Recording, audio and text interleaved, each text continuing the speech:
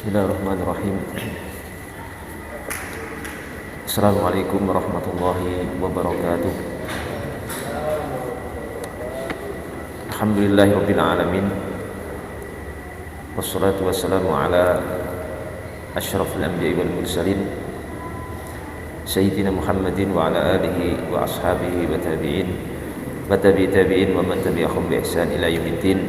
Tsumma amma ba'd.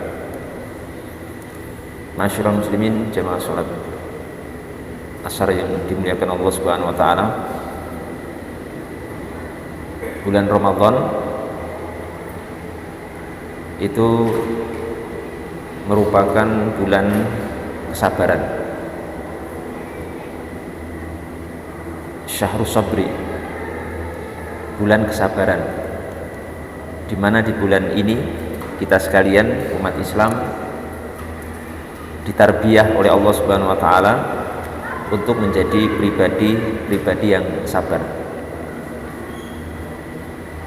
Dimulai dari kita harus meninggalkan segala sesuatu yang membatalkan puasa Ramadan, dan juga meninggalkan segala sesuatu yang akan mengurangi nilai pahala puasa Ramadan kita. Itu sebenarnya pendidikan untuk melatih sifat sabar pada diri kita masing-masing. Karena sabar itu sulit sekali.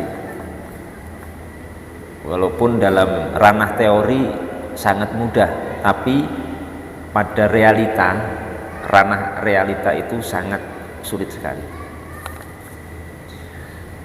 Oleh karena itu natijahnya nanti, hasilnya nanti setelah kita keluar dari bulan Ramadan, harusnya kita menjadi pribadi yang lebih sabar dalam segala hal.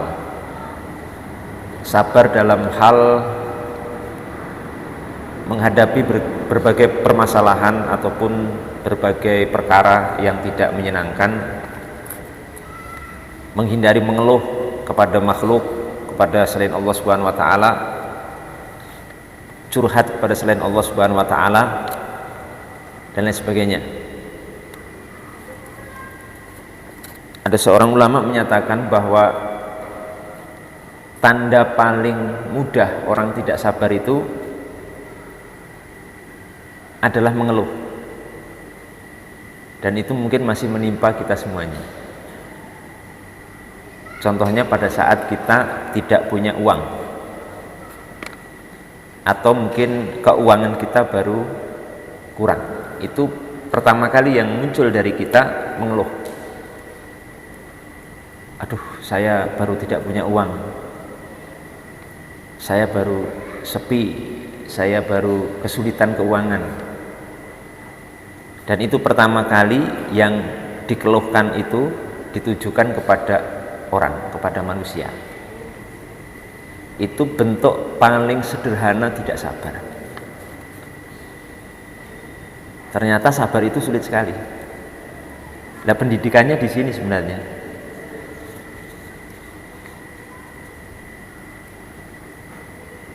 Oleh karena itu, ketika nanti kita keluar Ramadan,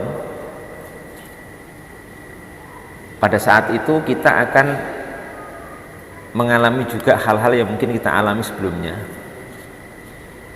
Jika nanti kita di luar bulan Ramadan setelah bulan ini kita berhasil ibadah kita, maka nanti ketika kita keluar Ramadan, saat kita tidak punya uang atau sulit keuangan kita menyikapi sama. Itu sudah pada tingkatan yang kita berhasil. Saat tidak punya uang dan punya uang itu, kita akan menyikapi sama dan akan terlihat sama oleh orang lain. Biasanya kan kalau kita kurang keuangan kita atau sulit keuangan kita, itu bawaannya apa? Di rumah emosi kan, sering marah-marah ke istri, ke anak gitu, dengan sebab yang tidak jelas. Bawaannya emosi, sering marah. Istrinya nggak salah, kena marah. Anaknya nggak salah, kena marah gitu kan. Ini bukti kita belum sabar. Makanya kita semua berlatih ya, tanpa terkecuali termasuk kami pribadi itu berlatih untuk terus menjadi pribadi yang sabar. Saya contohkan itu tadi karena itu yang biasa kita alami dan mudah untuk kita dapatkan. Kejadiannya itu ketika kita dalam kondisi seperti itu. Makanya Nabi mengatakan bahwa bulan Ramadan itu syahrus sabri wa sabru thawabuhu al jannah. Bulan puasa itu bulan kesabaran dan salah satu sabar itu pahalanya atau imbalannya adalah surga. Termasuk bagaimana kita sabar kepada istri kita. Istri kita itu ujian bagi kita. Semakin seorang suami itu tidak bisa marah ke istrinya, itu insya Allah semakin ideal, dan itu pribadi yang baik sebagai seorang muslim, walaupun dia sebenarnya posisinya lebih tinggi dari istri. Karena dalam Quran kan disebutkan begitu, ar-rijalu qawwamuna 'alan nisa. Jadi laki-laki itu pemimpin bagi para wanita, para istri. Yang biasanya sifat pemimpin itu otomatis ya akan merasa lebih berkuasa, akan merasa lebih menang, boleh berbuat ini itu kepada istrinya. Tapi ketika seorang suami bisa bersabar kepada istrinya dengan segala kekurangannya, dengan seluruh karakternya, maka ini adalah menunjukkan pribadi muslim yang luar biasa. Istri yang mungkin kurang sesuai ekspektasi kita, kok istri kita cerewet misalkan, atau mungkin ya macam-macam kan. Karena waktu dulu sebelum kita nikahi kan kita belum tahu Pak aslinya, ya kan, belum tahu. Malam pertama bulan madu itu kita belum tahu karakter aslinya, karena yang ditampakkan yang apa, yang bagus-bagus kan, namanya bulan madu. Baru ketemu bulan madu itu kan masih tampak yang bagus-bagus, yang indah-indah, yang baik-baik. Tapi setelah setahun nikah, 2 tahun, sekian tahun, baru semua kelihatan yang jelek-jelek itu. Karakter aslinya begini semuanya baru kelihatan.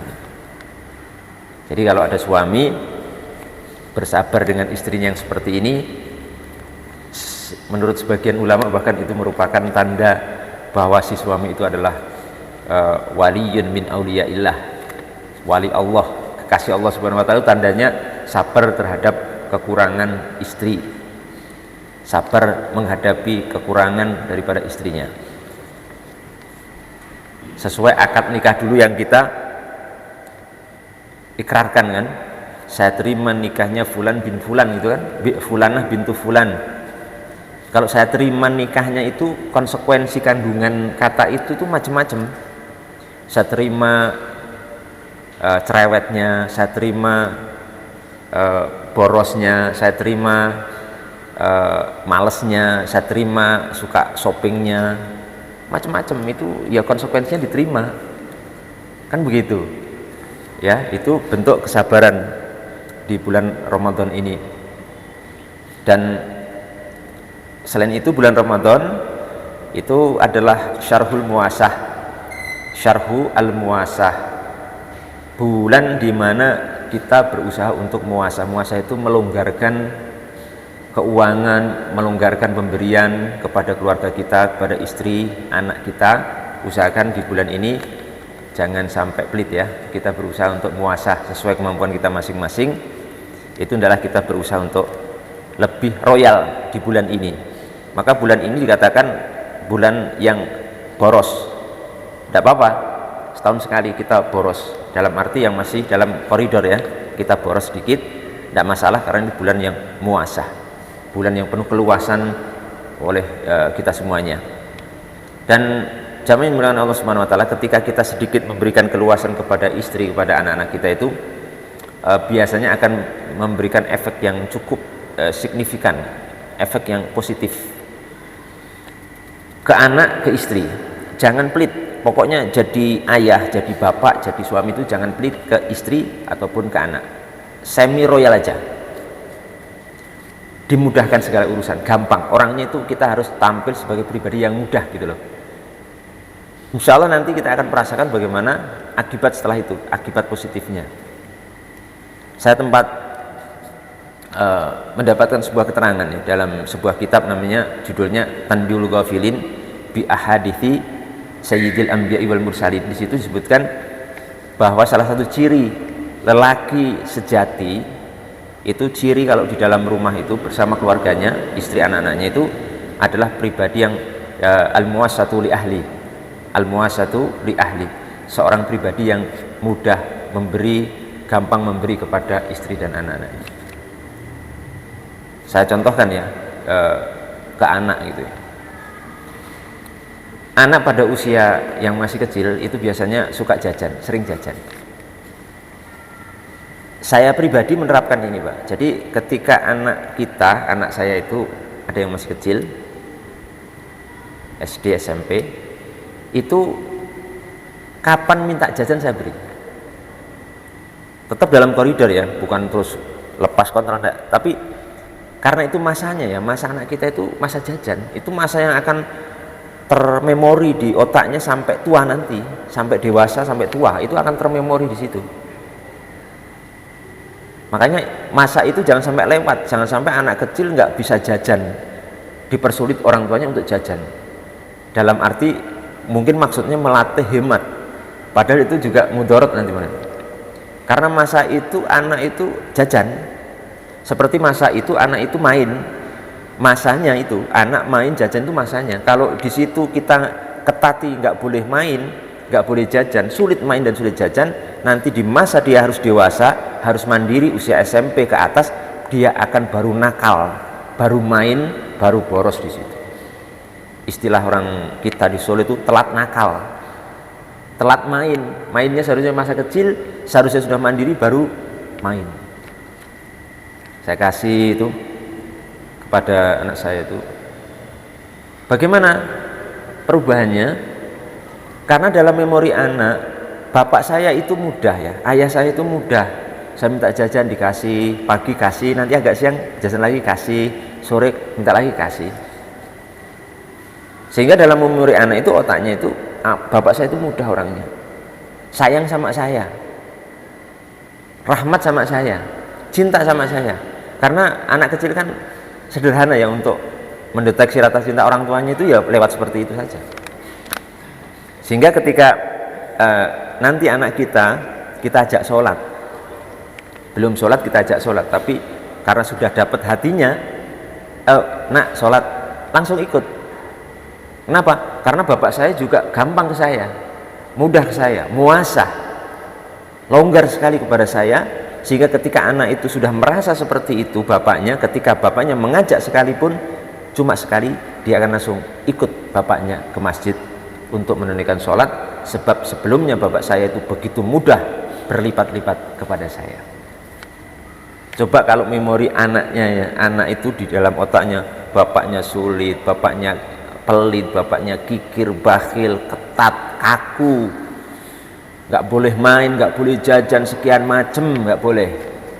Terus kita langsung mau ngajak anak sholat, itu kemungkinan besar akan ditolak. Oleh karena itu, jamin dimuliakan Allah Subhanahu Wa Taala, mari di bulan ini kita berusaha untuk menjadikan ladang kesabaran dan muasah, mempermudah kepada keluarga kita, anak dan istri kita. Demikian yang bisa saya sampaikan, mudah-mudahan bermanfaat untuk kita semuanya.